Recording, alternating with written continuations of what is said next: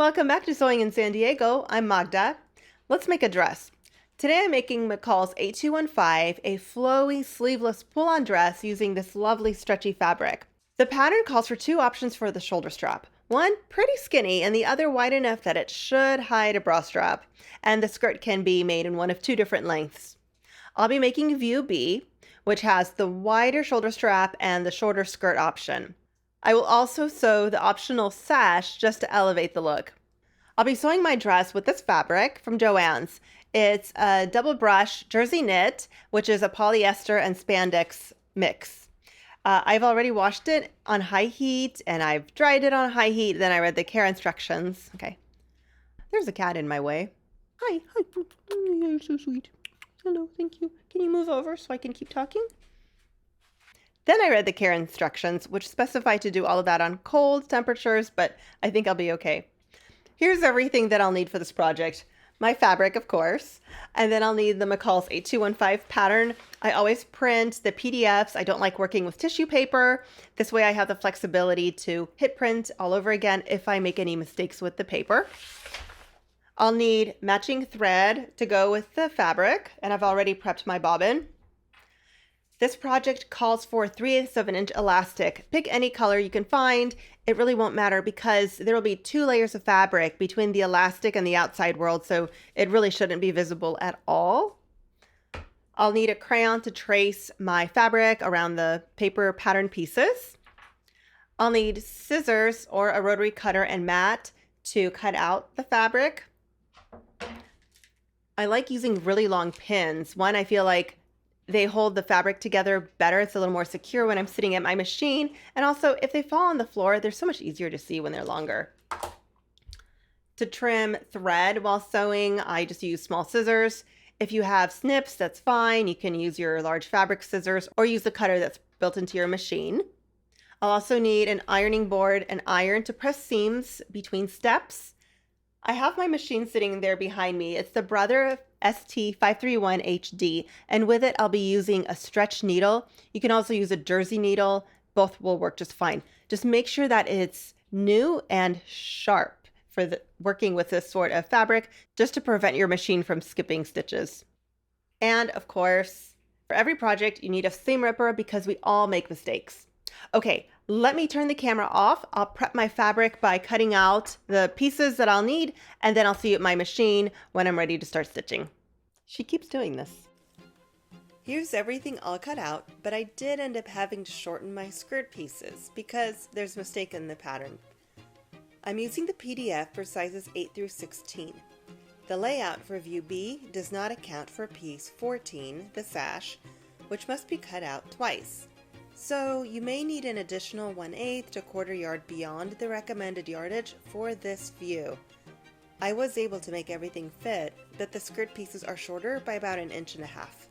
Because I'm making my dress in view B, I'll begin with step 13, where I'll stitch the front and back bodice pieces together at the sides and at the shoulders. When working with stretch fabrics, you may have heard that it's necessary to gently pull on the fabric to allow it to stretch while stitching. In the instance of this dress, that is not necessary, not even in the waist, because it really is wide. Remember that this dress will scrunch up later once the elastic is in at the waist. I have pieces 10 and 11 placed right sides together, which means print sides together, and I'll pin them where I'll be stitching. I see that there's a notch on the sides here, but when the fabric pieces line up perfectly at the top and the bottom, I generally disregard the notches. Here's a close-up of the exact needle that I'm using for this project. To join the bodice pieces together, I'll use a straight stitch, which is number 2 on my machine. I'll leave the upper thread tension set here in the middle. My stitch width dial is also set to the middle position, which means my needle will be in the center position below, making the ruler on the needle plate accurate. I've set my stitch length to 3 millimeters.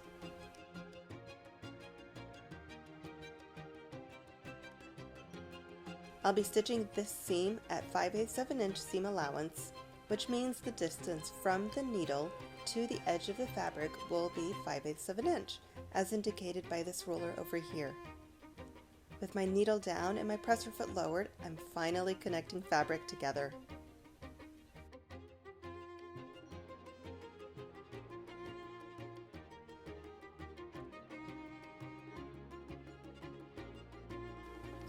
Here's something I usually don't show in my videos. I like to keep a bowl nearby to catch threads and fabric scraps as I work on a project. I'll try to remember to show you the contents of this bowl when I complete my dress. This fabric will not fray the way woven fabrics do, but I'm a creature of habit, so I will finish my seams. I don't own a serger, so here's my process. First, I'll cut the seam allowance in half.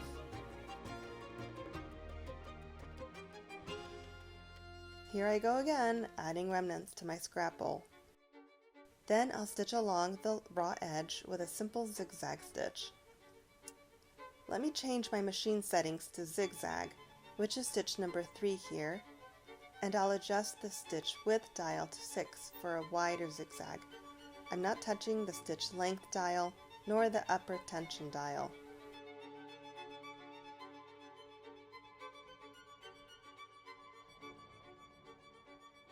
Now I'll do the same thing to the other side seam off camera. With both side seams finished, I'll continue by stitching the bodice pieces together at the shoulders. I'm starting by pinning the fabric together. I'll need to change my stitch from zigzag to straight stitch, and my stitch width dial needs to be reset to center position. I'll stitch at 5/8 of an inch seam allowance.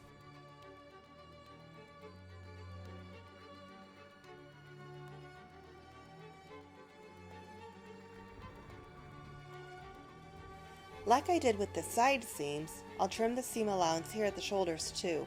But in this scenario, I'll press the seam allowance open with my iron, off camera, to minimize the bulk at the shoulders. It's just to make the dress more comfortable to wear. I'll stitch the other shoulder off camera. Here they are, pressed open. Before I attach the neckband, I'll stay stitch this entire area as indicated in step 14. I'll stitch pretty close to the edge of the fabric. Right now, my machine settings look good, so there's nothing to fuss with here. I'll start stitching somewhere in the back of the neckline. This is so minor, but because I'll overlap my thread, I'd rather this be in the back of the dress rather than in the front. Again, totally nitpicking here.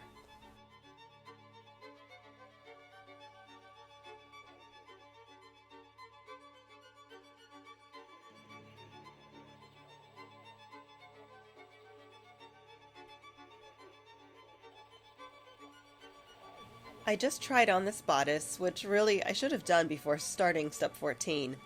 Anyway, because I'm using a 4-way stretch fabric instead of a 2-way stretch, I can feel the bodice already being pulled down by gravity, and it's creating a really gaping neckline. So I'll shorten the shoulder straps by about 2 centimeters. I use my seam ripper to open the seam up off camera so I can make these cuts. After trimming both shoulder straps, I stitched them again at 5/8 of an inch seam allowance, and now you can see both straps are clean and ready for me to continue with step 15. But first, I have to trim piece 12, the neckband, because I took in the shoulder straps. I'm eyeballing here, trimming off a little more than 2 centimeters. I probably should have trimmed even more, but my neckline ended up looking fine, as you'll see later in the video. With the neckband folded in half, I'll stitch with a 5/8 of an inch seam allowance right here. Now I'll open the seam and press it like this. I won't finish it to reduce bulk in the back of the neckline. Then for step 16, I'll take the neckband and fold it in half like this, pressing it at my iron. Ta-da! Here's my pressed neckband. I will ignore the instructions that say to pin the band and then add more pins when attaching it to the bodice. Instead, I'll pin once in step 17. First, I want to mark where the center lines are on the front and back of the bodice. I'll do this by folding the bodice in half and marking these centers with a pin. I should be doing this with my bodice right side out because I'll attach the band to the right side of the fabric right along the edge of the neckline. Here's the seam of my neckband, which I'll pin to the center back.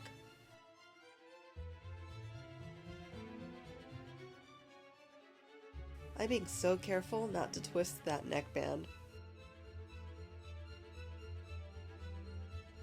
Here's a mark on the neckband that indicates the center front, making it easy to line up with the center front of the bodice. Oh, you can use chip clips instead if you have them. Now I'll continue by matching the two markings that pair up at the shoulder seams and keep pinning. It's okay if there's a little puckering after everything is pinned into place because there's more bodice fabric than there is neckband circumference.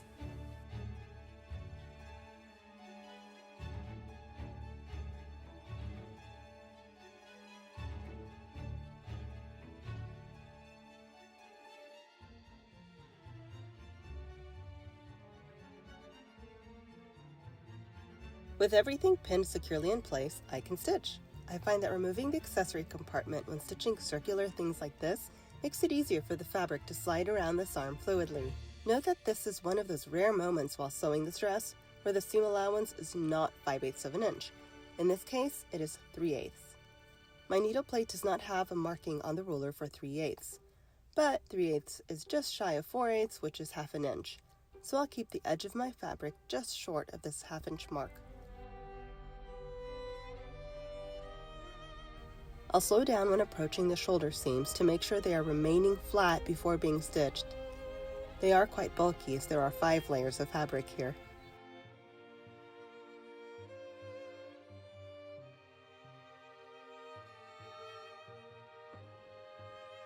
The instructions for step 17 say to stitch a second line parallel to the one I just made to finish the seam allowance. Instead of that, I'll zigzag those raw edges together. I did consider trimming the seam allowance to reduce bulk, but there's just not very much fabric here because of our reduced seam allowance a moment ago. I'll change my stitch setting to zigzag and adjust the stitch width dial to 6, then stitch all the way around.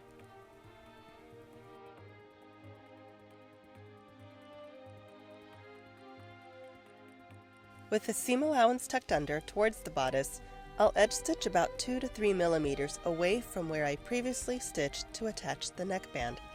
I'll set my stitch setting to straight stitch and adjust my stitch width dial back to the center position. See the spot where the plastic meets the metal on the presser foot? That's where I'll try to keep my seam lined up as I stitch around to maintain an even distance between that seam and the top stitching. As I'm stitching, I'll feel for the seam allowance under the bodice to make sure it is tucked away to the left. I do not want it migrating towards my needle. I'll slow down when approaching the shoulder seams and the center back, again because these are bulky areas.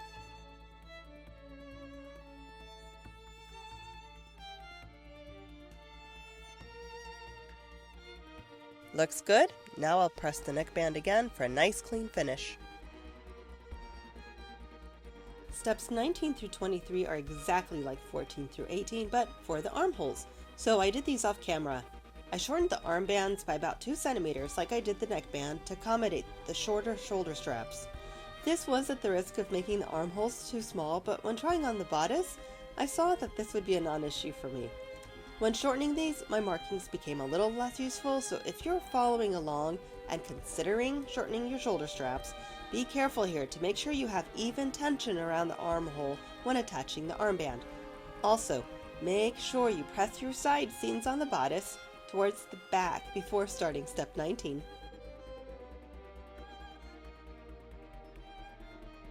And now I'm ready to start on the skirt.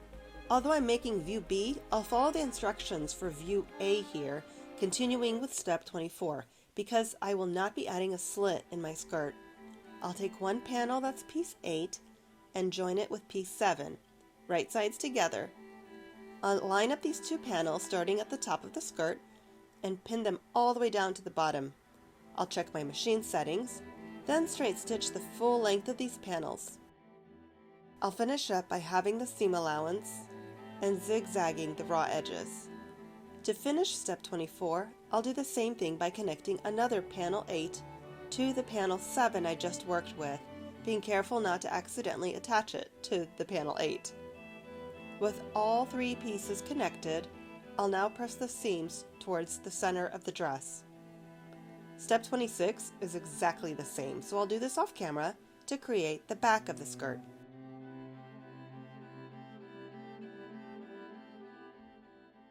Here's how the pressed seams look. both on the wrong and right sides of the skirt.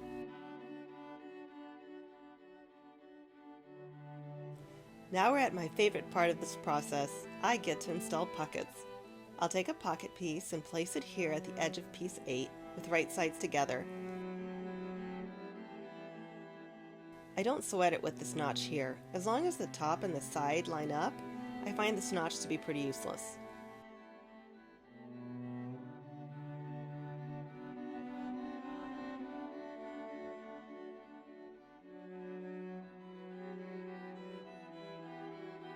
I'll pin along this edge, then check my machine settings, and I'll stitch at 3/8 of an inch, not 5/8.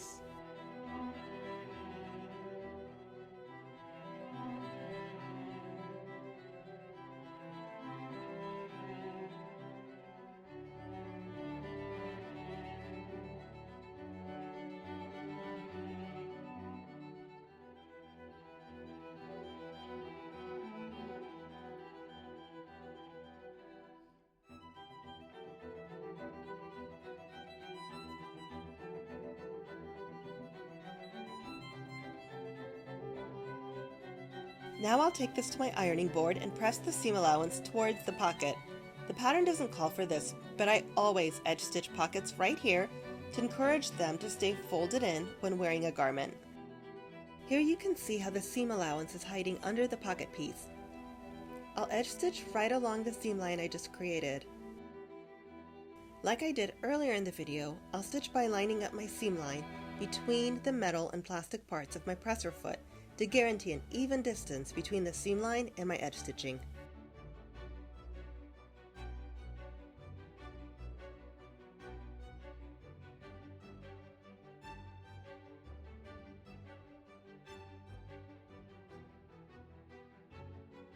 I love how crisp this looks, especially since I'm working with a knit fabric, a 4-way stretch knit. Now I'll repeat this process for the other 3 pocket pieces. Now I have 4 pocket pieces connected to the sides of the skirt pieces. In step 28, I'll connect fronts to backs at the sides. Here's another instance where I'll ignore the notches when lining up my fabric. My priority here is to make sure the raw edges at the top of the skirt are flush. And also I'm paying close attention to the 2 seam lines. I want them perfectly lined up. I'll place pins on both sides of the seam just to keep things lined up before stitching. Then I'll pin the area just below the pocket, again making sure the pocket seam lines are lined up beautifully.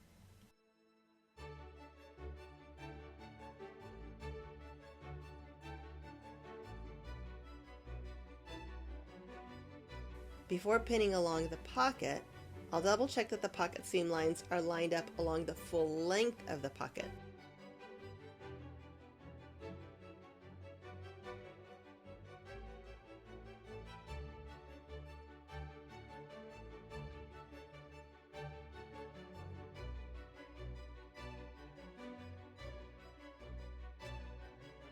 Next, I'll stitch in 3 areas, from the top of the skirt down to this large circle, along the curvy part of the pocket, and then from the other large circle to the bottom of the skirt. I'll start with the top of the skirt. Now I'll stitch with a 5/8 of an inch seam allowance, measured from the raw edge of the fabric to the needle. What I'm stitching now should extend beyond the seam line previously created, so to the left of it if my pocket is on my right. Again, I'm just stitching to the large circle, back stitching when I get there.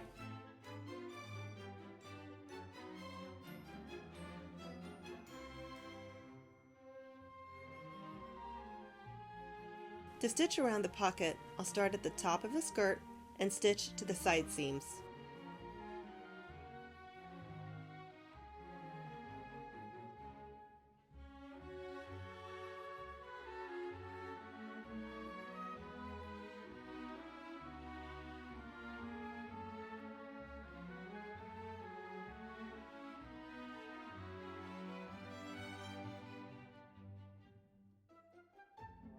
Finally, I'll stitch from the large circle near the bottom of the pocket all the way to the bottom.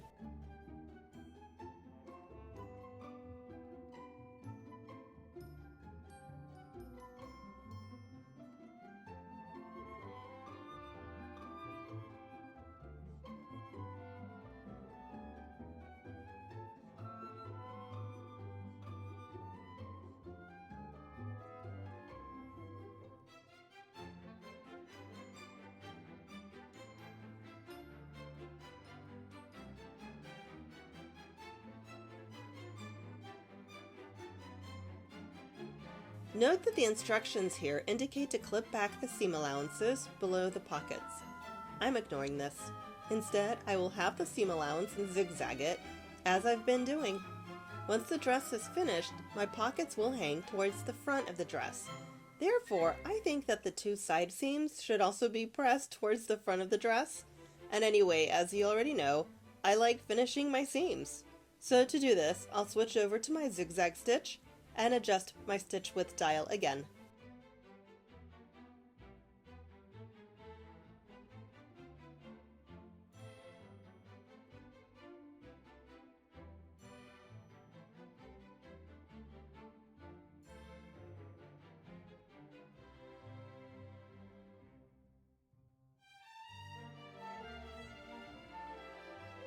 I just pressed the two side seams and pockets towards the front of the dress.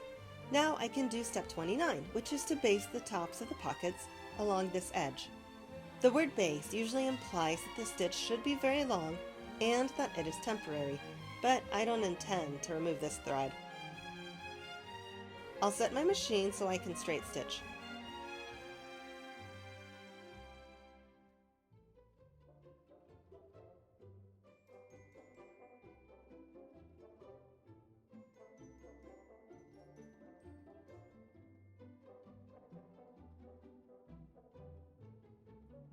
Once finished, I'll do the same for the other pocket. Steps 30 through 33 are all about the waist. I'll connect the bodice to the skirt and insert the elastic. Note that there are 4 notches here on the bottom of the bodice. They need to line up with the 4 notches at the top of the skirt. The side seams must also line up. Now it's critical to identify the front of the skirt and the front of the bodice. I can tell the front of the bodice because the neckline is lower than it is in the back, and the front of the skirt now has pockets. I'll place the bodice, right side out, into the skirt that's wrong side out. Remember how earlier I said to press the side seams of the bodice back? Well, here's where that matters. When these side seams are lined up correctly, the seam allowances point in opposite directions, minimizing bulk. I'll start pinning.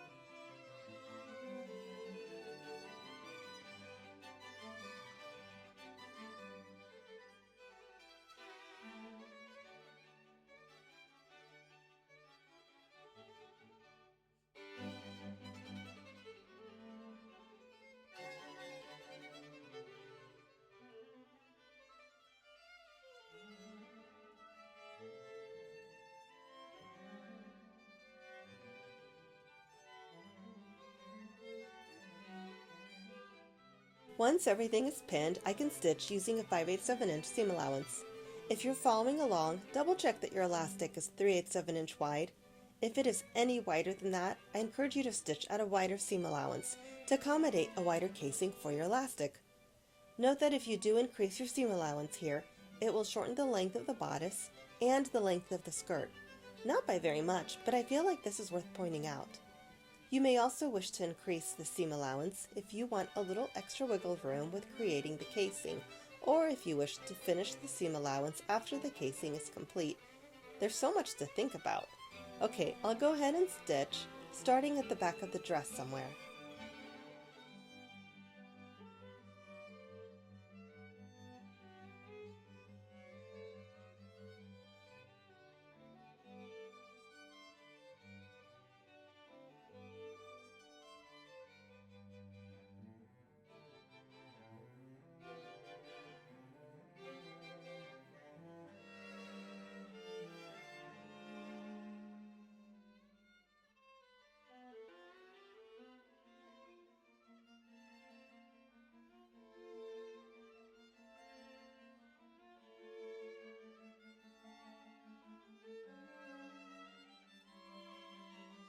I'll try on the dress now to check the length of the bodice. It's too late to make it longer, but if it's not short enough, I still have the opportunity to rip out this thread and make an adjustment. Okay, the length of the bodice is fine, so I'll keep going. To create the casing in step 31, I'll stitch a 1/4 inch from the raw edge. This is going to be so tight for my elastic, it truly provides a 3/8 of an inch casing. I'll have to be incredibly careful when stitching not to allow my fabric to drift to the right, or my elastic may get bunched up inside the casing, and that would not be comfortable when wearing the dress. Before I stitch, I've decided to place the opening for my casing in the back. Wherever I make that opening, there will be negligible added bulk with the extra thread, and also that's where the elastic will be joined together, as it'll double up for about an inch. To help my feed dogs here, I'll scoop my needle over to the right, and I'll remove the accessory compartment so my fabric can move with more ease around the arm. I snipped a bit of elastic to measure the distance between the seam line I just made and the needle. When I drop my needle, I can see that the seam line lines up with the left side of my presser foot, so I will use that as my guide as I stitch around. In other words, I won't be using the measurements on the needle plate to gauge where my needle should hit the fabric. It'll take me some time to complete this bit, so I'm editing out most of it. You get the idea. This is just straight stitching until about 2 inches before where we started stitching, as we need to leave a gap to insert the elastic.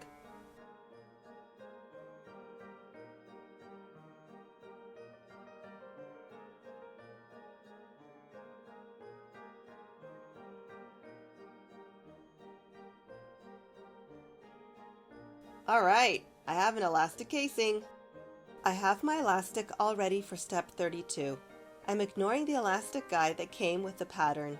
Instead, I stood in front of my bathroom mirror, wrapped the elastic around my waist, marked what I think is a comfortable circumference, added an extra inch, and cut it there. I've already attached the safety pin to the end of my elastic, and now I'll wiggle it through the casing until it pokes through this gap. If you're following along, make sure that the other tail doesn't get pulled into the casing. Trust me.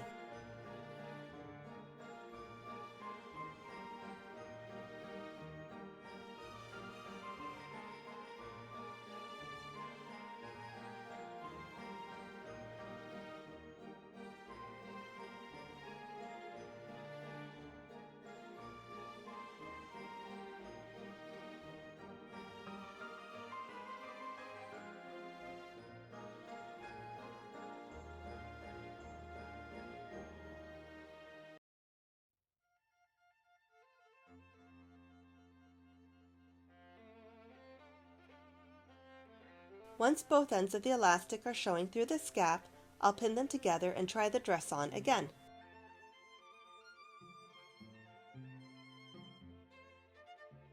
I'll shorten the elastic by just a little bit. To connect the two ends, I'll grab a needle and do this by hand. Any color thread will work as it won't show through my fabric. I prefer to use a contrasting color in case I need to rip it out later.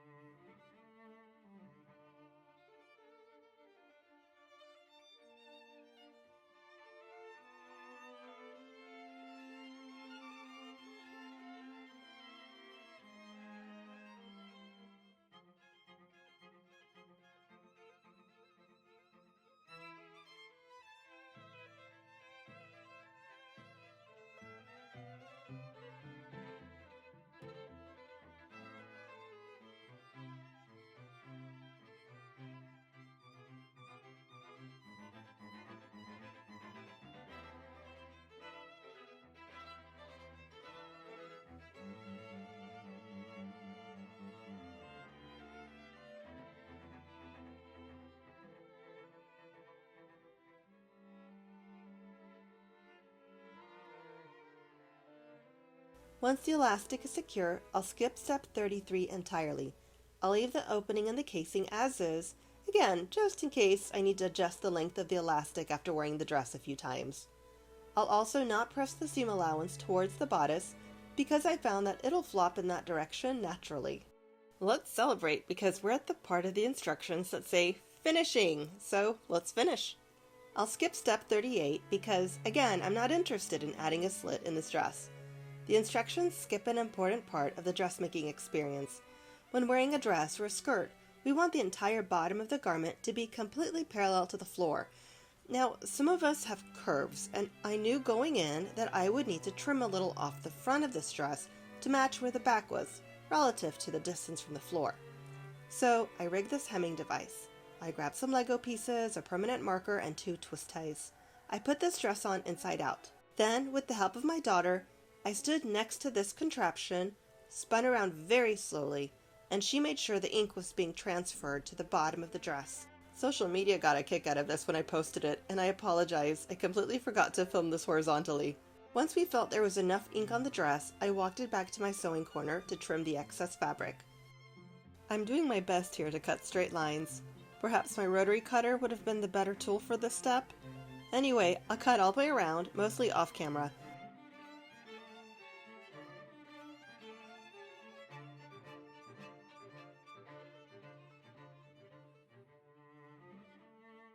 Once finished, I'll walk this to my ironing board and fold the raw edges up a good inch or more, pressing a crease all along the bottom of the dress.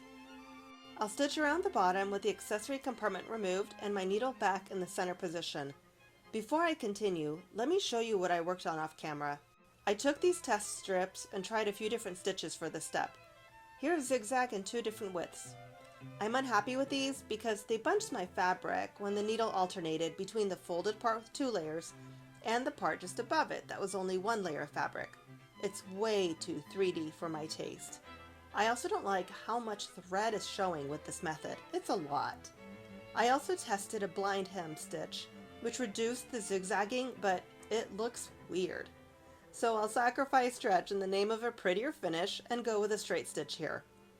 Because the skirt is so voluminous, stretch isn't necessary here anyway. Once I start stitching, I'll use the ruler on the needle plate, aiming to stitch at about 3/4 of an inch away from the bottom of the skirt. The fabric will be fiddly here, requiring constant supervision and some adjustments to keep the fabric folded along the crease. It's okay to stop and pinch the fabric under the presser foot or sneak in a pin to keep things on track.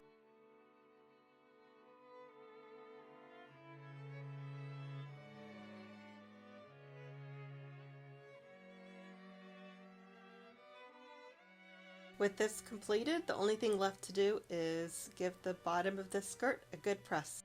Let's make a sash. Here I have the 2 pieces, 14. I'm looking to confirm that the print is consistent between the 2 pieces. Looks good. If I were to turn one around, it's clear that the print wouldn't carry throughout the sash. I'll place them right sides together, pinning along this edge, then I'll straight stitch at 5/8 of an inch seam allowance.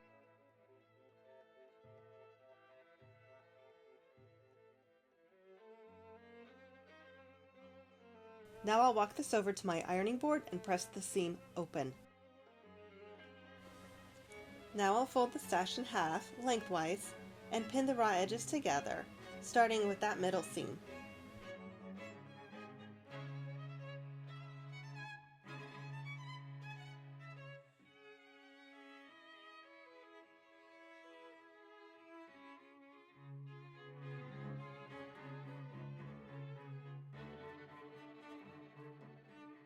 When stitching along the raw edges, I have to remember to leave a gap open so that I can turn the sash right side out. That's why you see 2 pins crossed together in that one spot.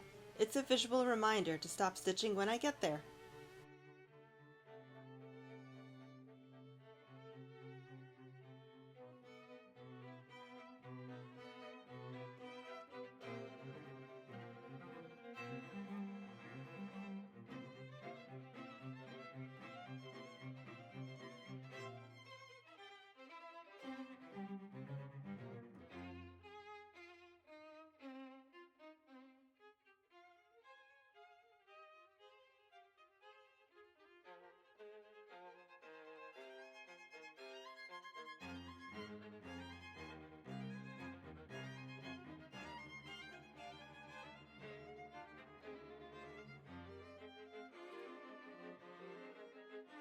To finish this step, I'll trim the seam, being careful not to snip through the thread. This will reduce bulk, and also it will make the corners look professionally crisp once folded right side out.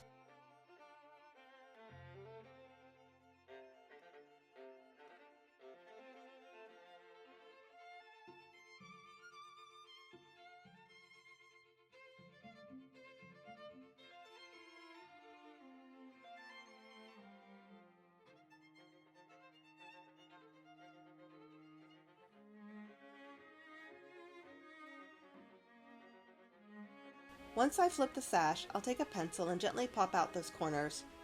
I'll press the sash flat, then stitch up the opening.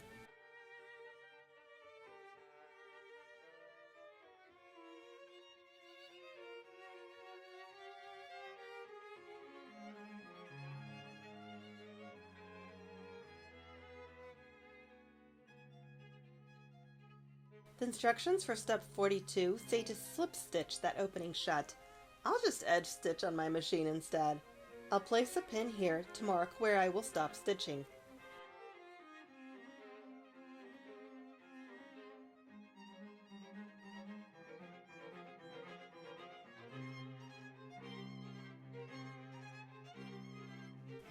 With this step complete, so is my new dress. I can't wait to try it on. But first, I promised to show you my bowl of scraps. Look at this! It's everything I discarded since sitting down at my machine. It includes thread, fabric, a snippet of elastic, and even an empty spool from my thread that I had to change out a few hours ago. One of the things I appreciate most about the internet is being able to see photos of other people's completed projects, including the insides of their garments. So, for anyone else who values this, here's the front of my dress, both the outside and the inside. And now, I finally get to wear it. I really like my new dress. It's comfortable. It has 2 pockets. It comes with an optional sash, and it's made of a stretchy fabric that doesn't require fussing with darts or princess seams to get shape, and I can take it on and off without dealing with buttons or zippers. And I love that it looks great with my denim jacket. Check out that tutorial if you haven't already. I'll link to it here. Thank you so much for watching all the way to the end, and thank you for your support of this channel by subscribing and by liking this video. I have to give a huge thanks to my husband for taking these photos and videos at the end here, to my daughter who helped with the hemming, and to my sons who are very cool. Thanks for watching, and I hope you enjoy your new dress as much as I like mine. Bye!